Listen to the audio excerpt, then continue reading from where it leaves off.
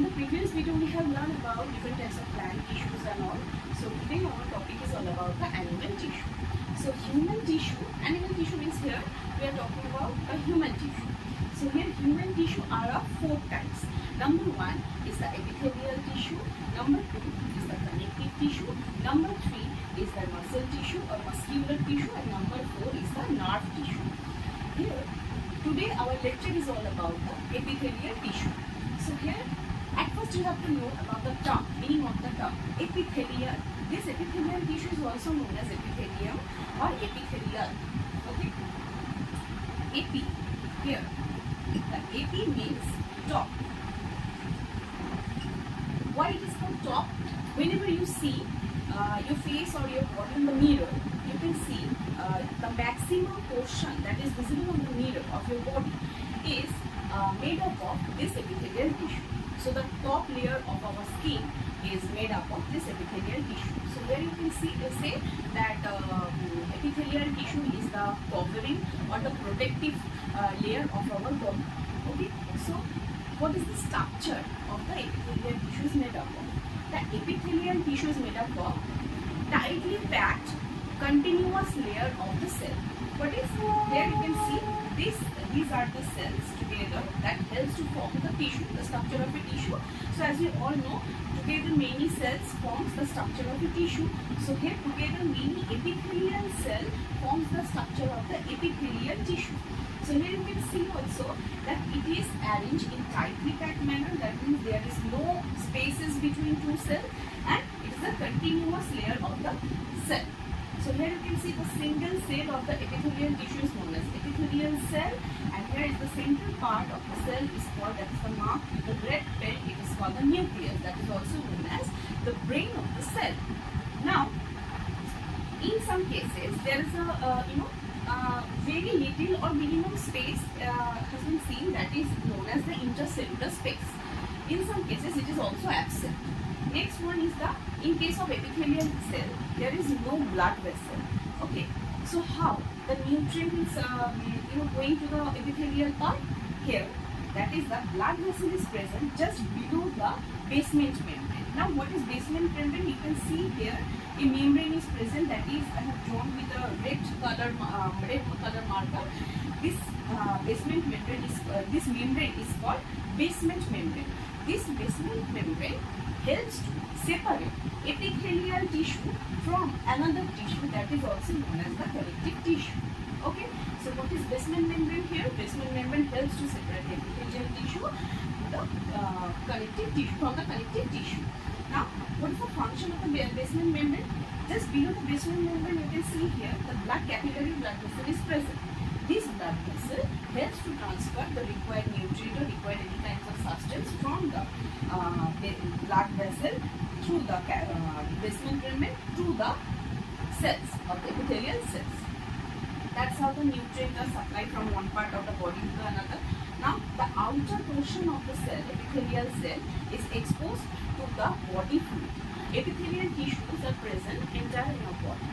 So on the skin, in the lining of the mouth, in the lining of the digestive tract, or the reproductive tract, respiratory tract, and different types of many different types of parts of our body.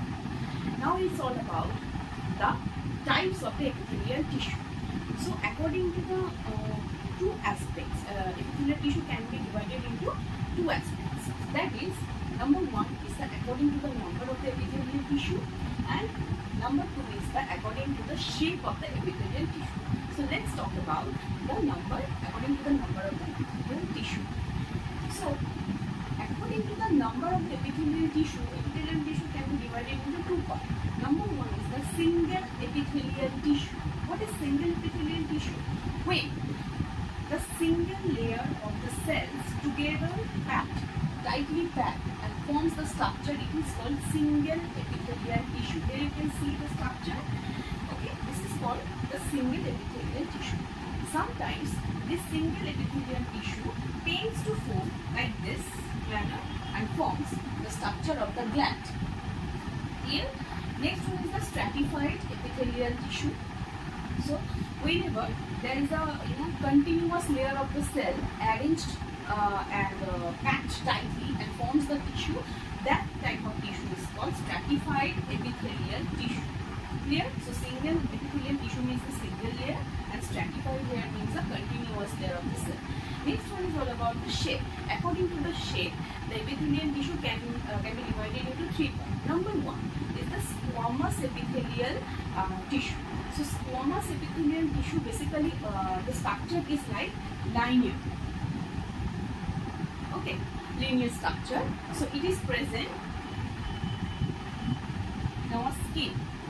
Okay, the top layer of the skin is made up of this squamous epithelial tissue. Next is about the cuboidal epithelial tissue. The shape of this kind of tissue is like a cuboid. So this cuboidal epithelial tissue mostly present in the kidney tubules. It helps to filter the waste materials. Okay. So next part is about the columnar epithelial tissue. Columnar epithelial tissue, here you can see the structure is like column here, like this. Okay, columnar epithelial tissue mostly present in digestive tract. In our digestive tract. Now, there are different types of tissues are also present. How? Like this. If this squamous epithelial tissue present in linear, that means like single cell, okay, like single arranged tissues are present and made this squamous tissue, it is known as single squamous epithelial tissue. Clear? Next one, if this squamous tissue arranged by continuous layering of the cell, that type of tissue is called stratified squamous epithelial tissue. Okay, similarly same thing will be there, that is, if the cuboidal epithelial tissue arranged in single layer, it is called single cuboidal epithelial tissue, and if it is arranged in stratified manner, it is called stratified cuboidal epithelial tissue. Next is about the columnar epithelial tissue. If the columnar epithelial tissue is present in a single layer, it is called single columnar epithelial tissue. But wait, next one is not the stratified columnar epithelial tissue, because in case of stratified columnar epithelial tissue, the tissues or the cells are arranged like this. One cells are arranged like this, another one like this, here.